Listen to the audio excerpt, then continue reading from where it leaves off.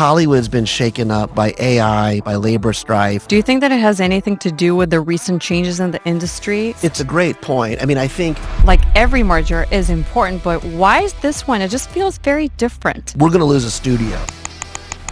Potentially, big disruptions if the two come together, and a lot of people are going to lose their jobs. How has AI over the last couple of years changed the music industry from your perspective? Next Taylor Swift's going to be a robot. It's possible that there'll be stuff like that in the future. The next Joni Mitchell is coming from TikTok. I would love for you, in your own words, to introduce yourself to our audience. Sure. I'm Seth Schachner. I am a digital business executive, media and technology expert, Strat Americas founder and managing director, and a former Sony music executive. Seth Schachner. Seth Schachner. Seth Schachner. Seth Schachner. Seth Schachner. Seth Schachner. In a nutshell, that's me.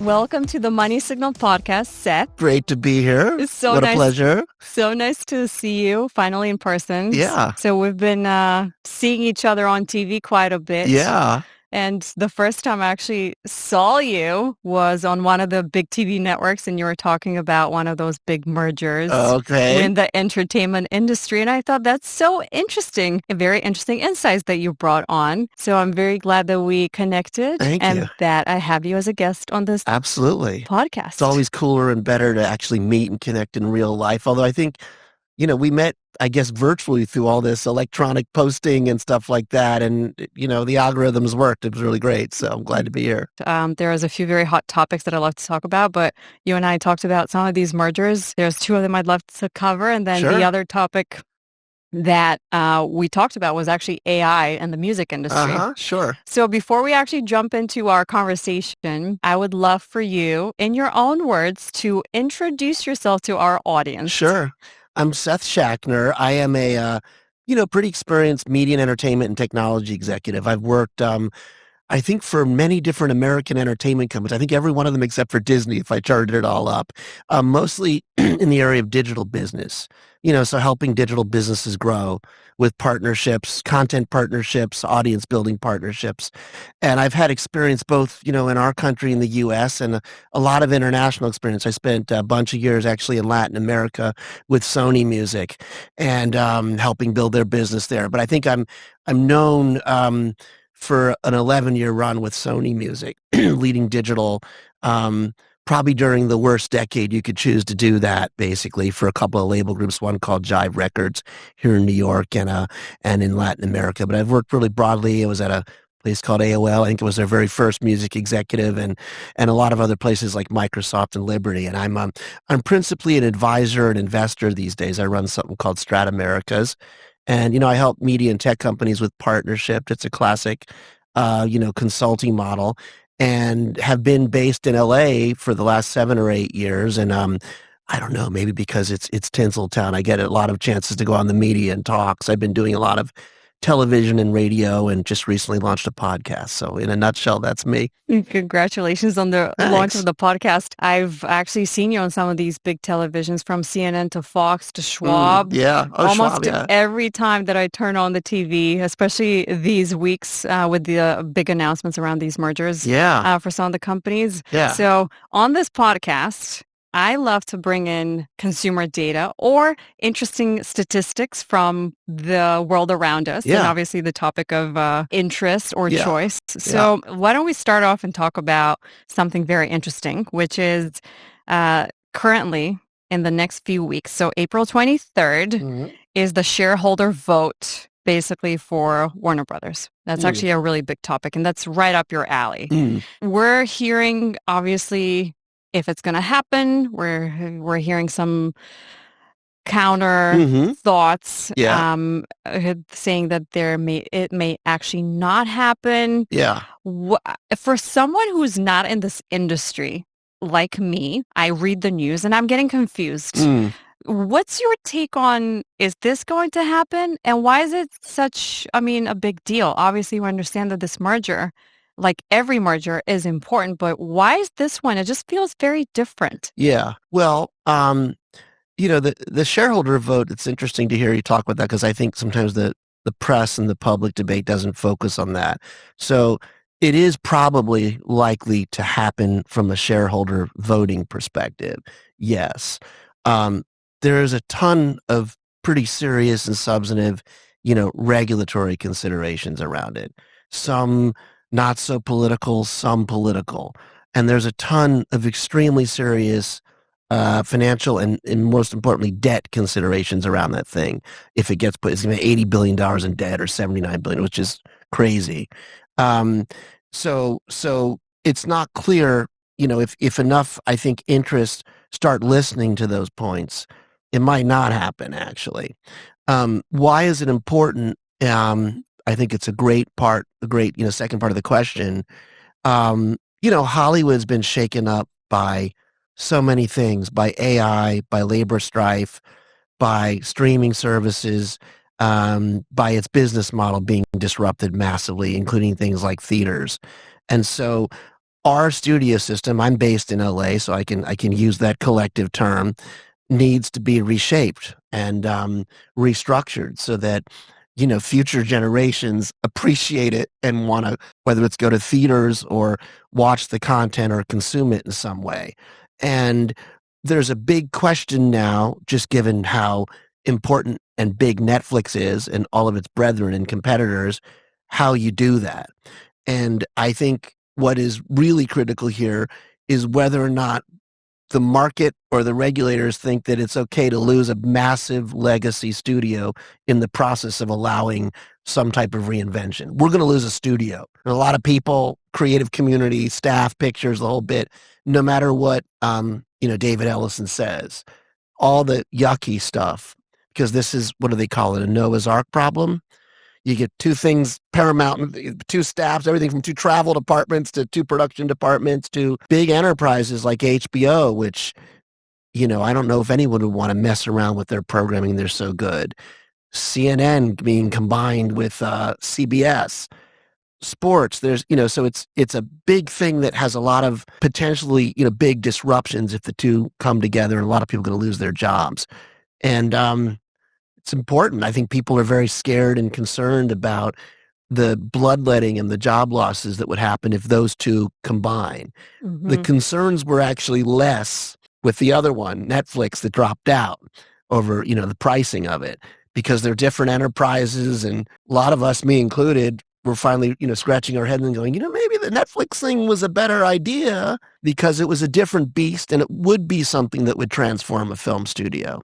So it's a tough thing. It's going to go on for a while, maybe a year and a half before we know. And do you have any fear of basically monopoly on the global market? Not monopoly per se. I think there's, this is a money podcast. You have sophisticated listeners here, right? People with MBAs and Wall Streeters, people much smarter than me for sure. So there's a concept called monopsony, I think, which is where you reduce the pool of buyers for creative content. So if you're a writer, an actress, director, a producer, and you're pitching your project, you want to take it down the block and have lots of stores to pitch it to. You're going to lose one here. Whatever they say, you're going to lose one, in my view. So there'll be one less buyer. And it's a pretty big deal, particularly if you're looking at, American interests. I don't know if that's the fairest way to look at it, but it is historically one of our 2 most or 3 most competitive industries, right? It's up there with aerospace.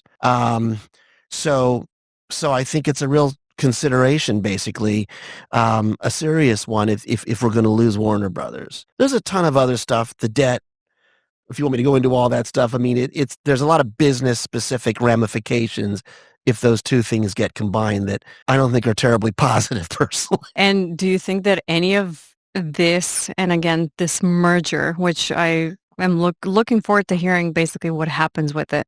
Do you think that it has anything to do with the recent changes in the industry in regards to how media is consumed primarily? Because you know that I'm a social media person. Yeah, great at it, yeah. Do you think it has anything to do with that? And who's buying it or potentially buying it? You mean, is it a response to the fact that YouTube is bigger and kids are on TikTok? And not really, in my view. I mean, I think it's a subsidiary. I think yeah, they are. I think if you're David Zaslav and his management team, they've got this mix of assets, some of which are really old school linear television networks, right? Some of which are killer kick butt creative assets like HBO or things that get hot like Warner Brothers. They'll get a Barbie or Sinners, and they're looking as guardians of those shares for their shareholders. How do you maximize that? Mm-hmm. And so they were going to sell off the TV networks, just like NBC Universal's done, or spin them off. And they'd probably figure out another strategy for Warner Brothers, which is where the Netflix thing came from.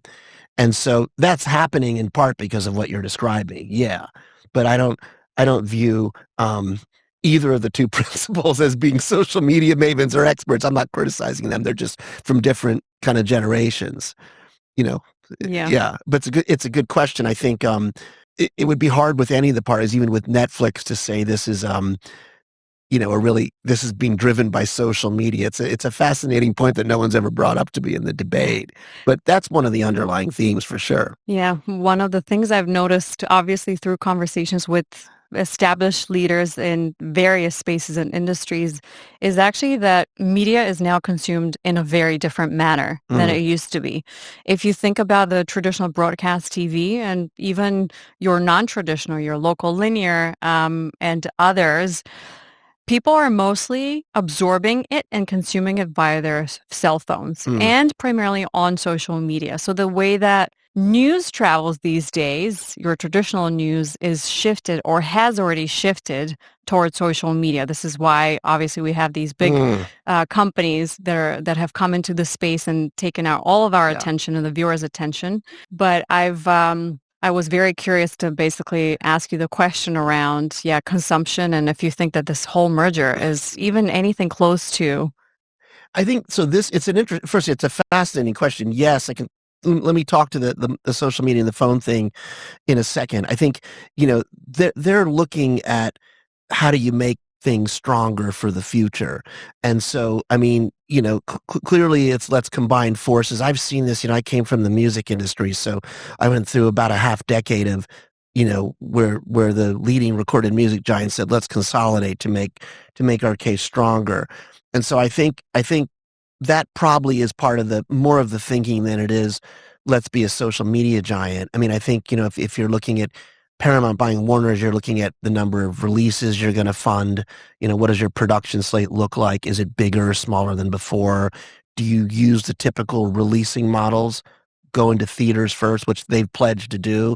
And so that, to me, I think is what they're thinking about. You need to be big to compete with Netflix and some of these digital-only entities more than anything else. I mean, there are things within, this is probably getting maybe a narrower audience for your podcast or Inside Baseball, but there are assets, for example, within some of these things that are really interesting assets to me that if you were looking at how you recreate, I would look to social media. I mean, I grew up when this, I don't know, never asked people how old they are, but if you remember something called MTV networks, it was the way people of a certain age consumed music or at least listened to it, right?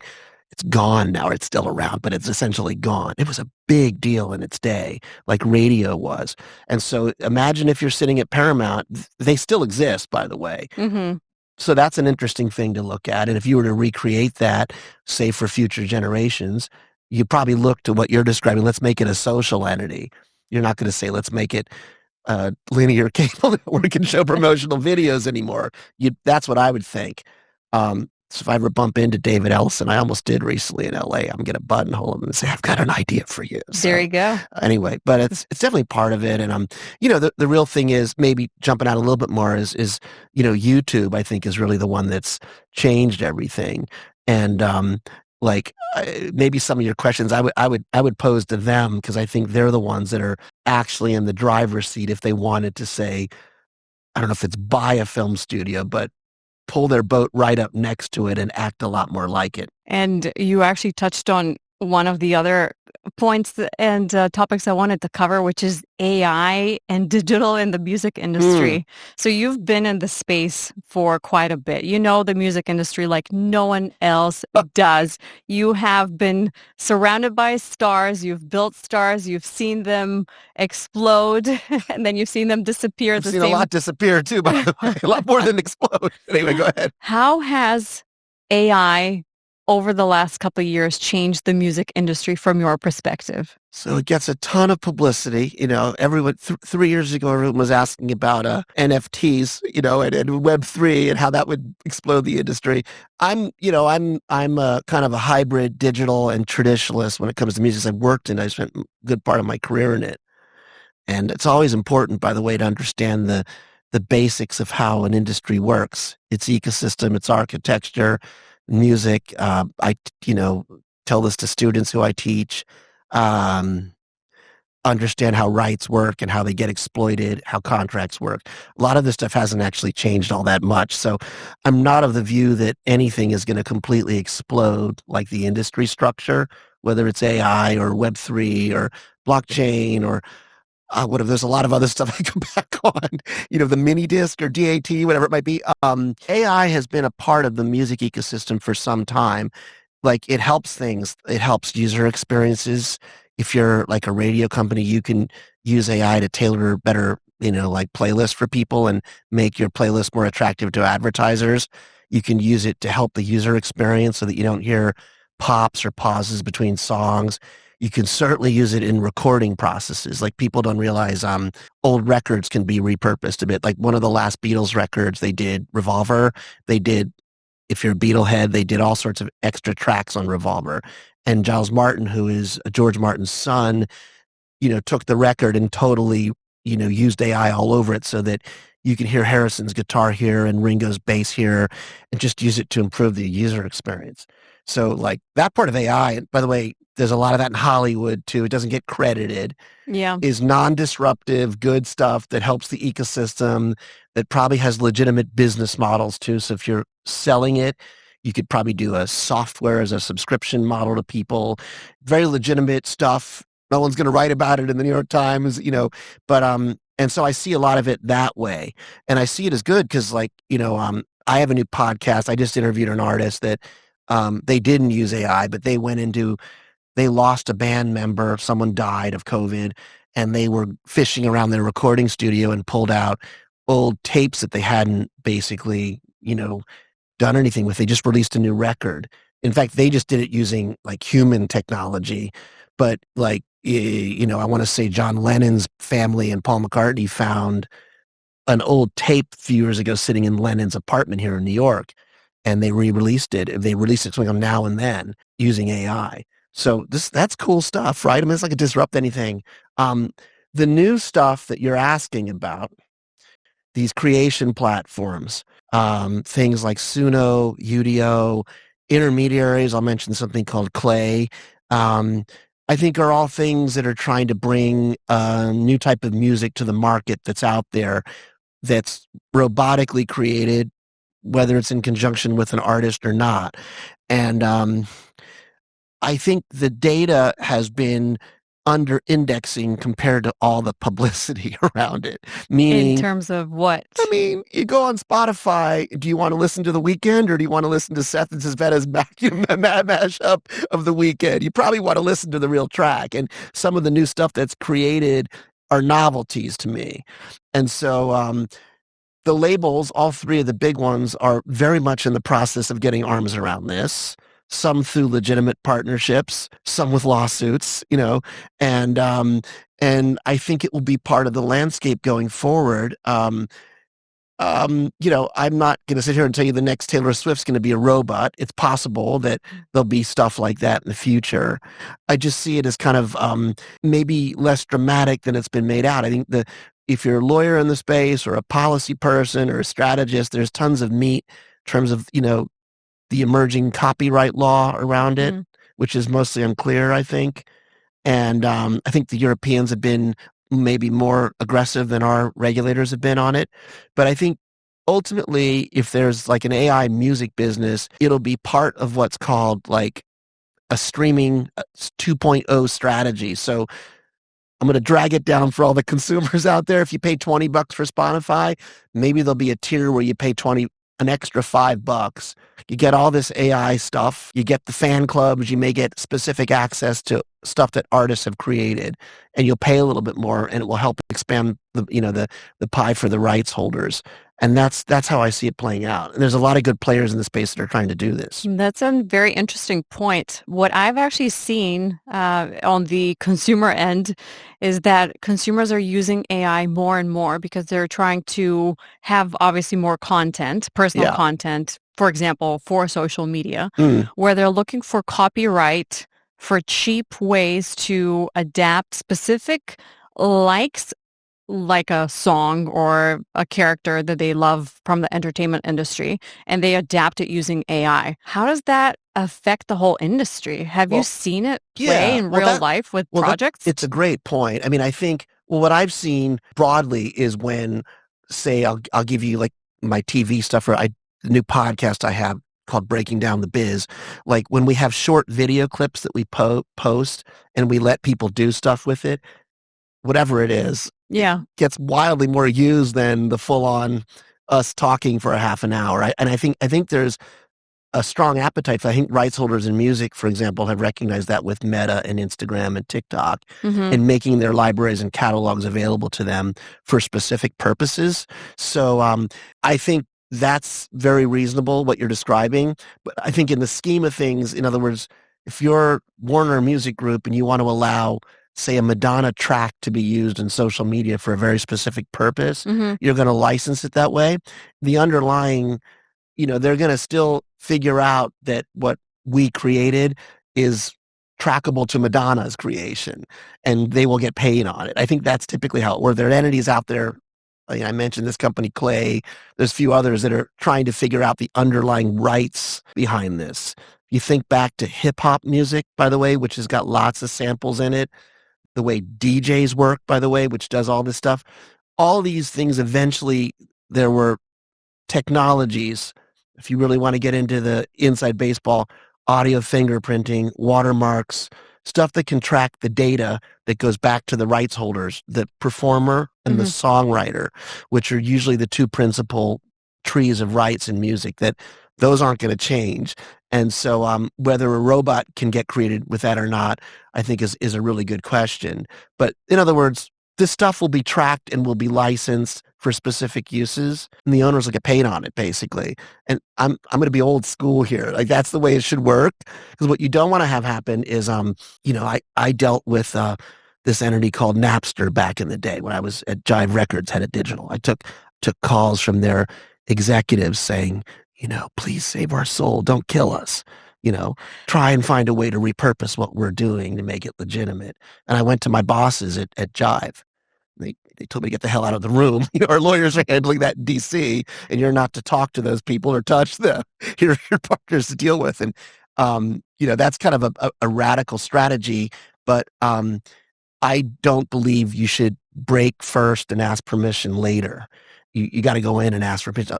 In the AI world in music now, the two big platforms, there's one called Udio that seems to have the blessing of the rights holders because they're getting everything they do licensed, and they're putting it in what I would call a walled garden, meaning we create a track and it's going to sit in that garden. It's not going to go to Spotify and impact Madonna's music that isn't AI. And they're big. The biggest players in recorded music, Universal being the biggest, they are adamantly supportive of what I just described.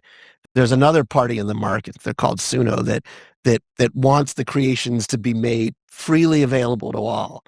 And that ain't going to happen for some of the rights holders because of how, if you make all this stuff available and it's not, managed in some way, it could be free also. It's going to start impacting the underlying economics of how digital music was built. And so they're going to fight that. Yeah. And that brings me to the next question, which is, how is the digital world built? And this question actually it's rooted in another conversation I had with a basically talent who discovered one of the biggest celebrities of all times, one of the biggest singers, Lady Gaga. And we talked quite a bit about how currently talent is being paid. So if you think about, again, all of the changes we see with AI and with the new monetization ways through social media, and through subscriptions and through, basically royalties and all of that, how is that digital industry really built to benefit the stars or the talent? Well, it's a great question. I mean, a lot of these, getting paid as an artist or a celebrity or performer, it varies by industry. There's, like music's models are different than the way Brad Pitt does a deal with a studio or something like that. So they do tend to be different. But I'll start with music, which is easier for me to think of an example. But typically the recorded music rights are held by, say, a record label. If you wrote the songs, a music publisher manages those.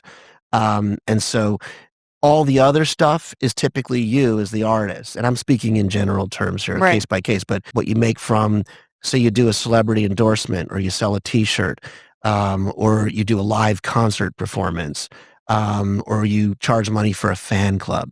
Those are all forms of income that accrue to the artist. And so if you're looking at any of these new types of social, it could be AI, could just be doing an Instagram fan club, those are all things that would accrue to you, and they should, if you're you got enough of an audience, those are things you want to be building on your own.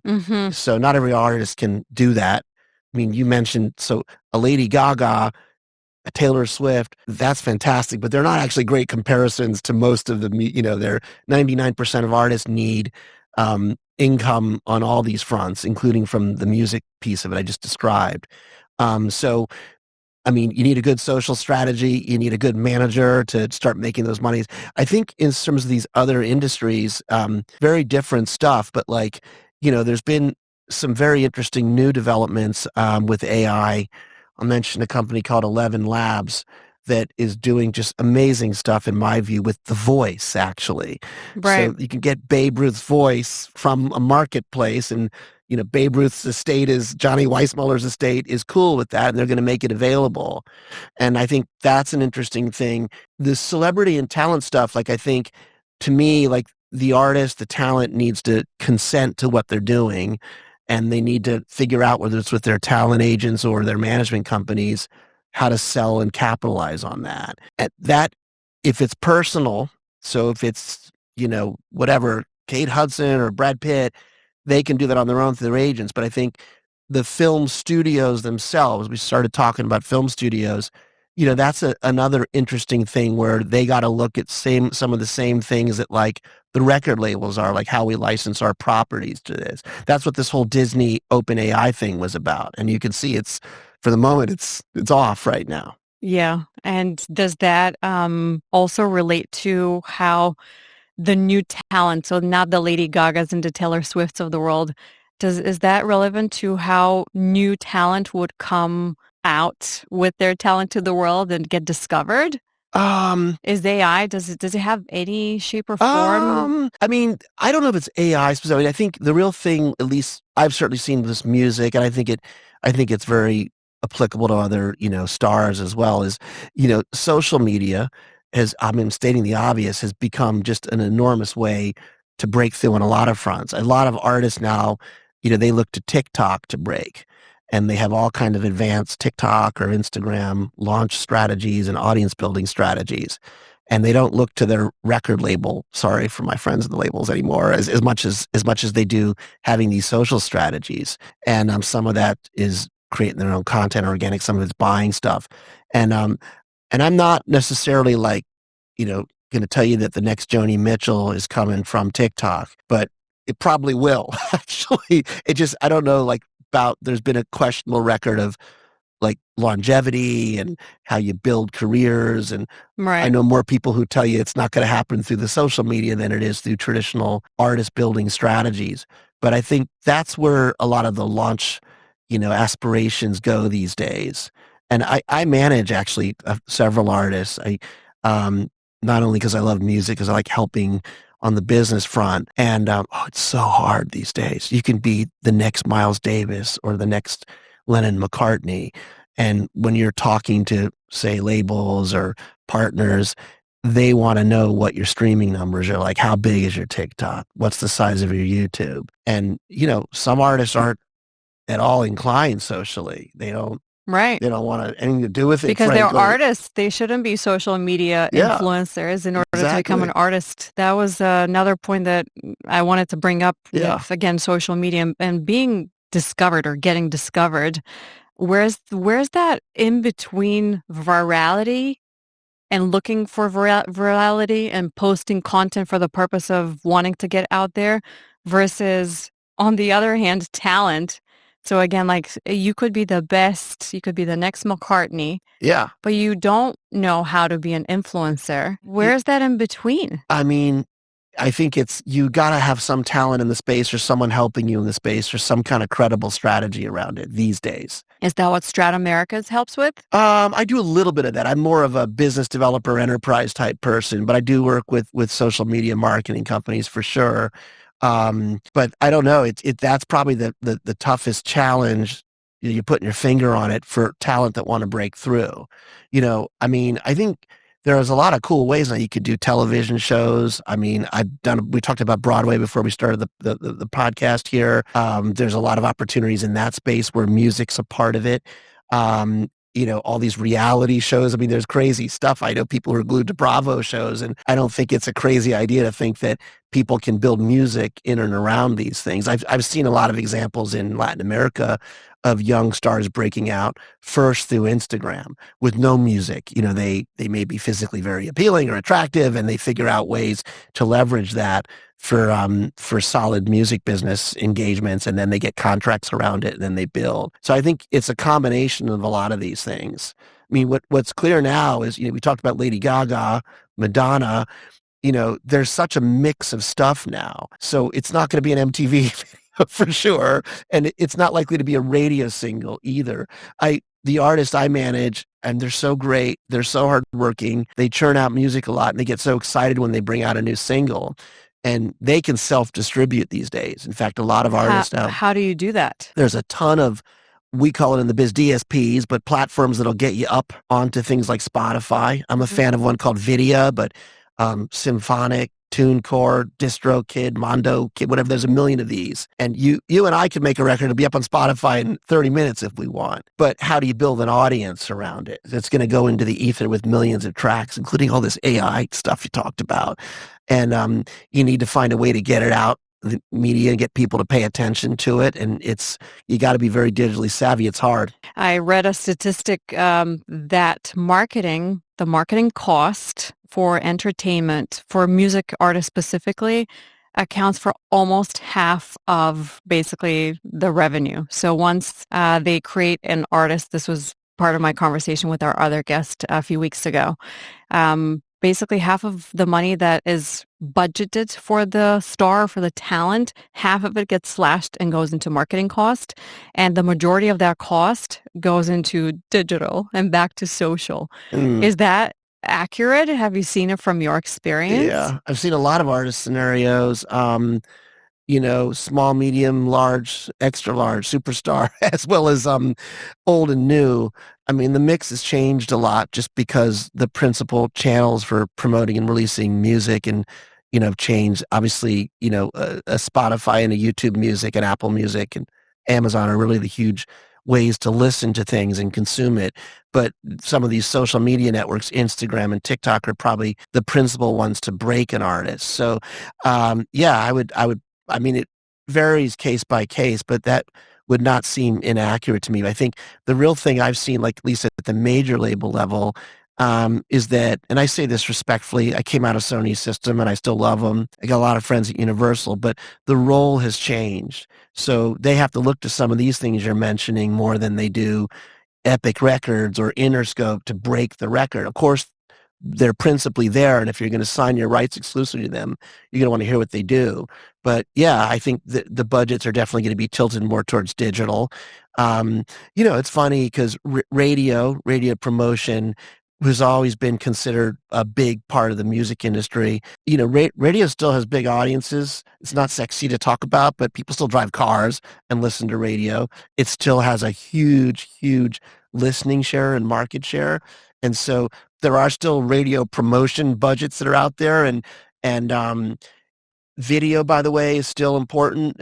Very rarely do people talk about Vivo, but Vivo is the record. Still alive? Vivo is the record company's the main video portal that we created in response to YouTube, and it kind of got sucked in and under YouTube, but 100% it's still alive. It may not mean that much as a consumer thing, but you want to have a video channel on Vivo.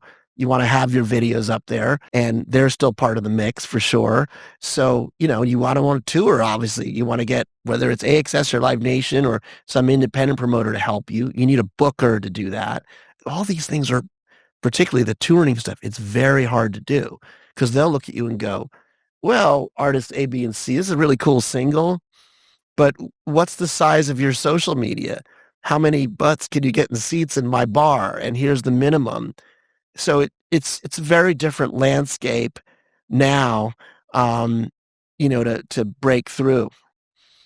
Yeah, sorry to throw all this at you, but that's how it works. It is our attention spans are obviously the lowest they've ever been. And every single day, audiences out there are bombarded with messaging across TV, across social media, and everywhere. Yeah. So I'm sure that it's very challenging for artists, but this was actually a very interesting conversation. So I almost feel like I know at this point how I can get into the industry. Before we go, I would love to hear, are there any cool stories that you can share with us with any of the celebrities and talent you've managed? There's a lot. What's the best one? I don't know if there's a best one, but I'll tell you that, let's see, I did Oasis's very first online event in the United States for them. It was called a chat when I was running AOL Music in its early days, and it was just me and someone on my team, a person named Thea McHugh, who's still a good friend and does great things in music for women and other interests. And I reached out to Oasis's management because they were basically coming to the U.S. right before they were superstars. This is 1996. And so, I thought I'd be getting the assistant or the secretary, but I got Noel and his girlfriend who were the managers. And they're like, sure, we'll do this. And so me and Thea at AOL brought him into a room at a show they did in D.C. And they walked in and they spent the first 20 minutes abusing me, making fun of me, saying, who is this guy with glasses? And then Liam said, what the hell is this? Sorry for my language. And I explained to them it's going to be something called a chat, and you're going to be talking with your fans.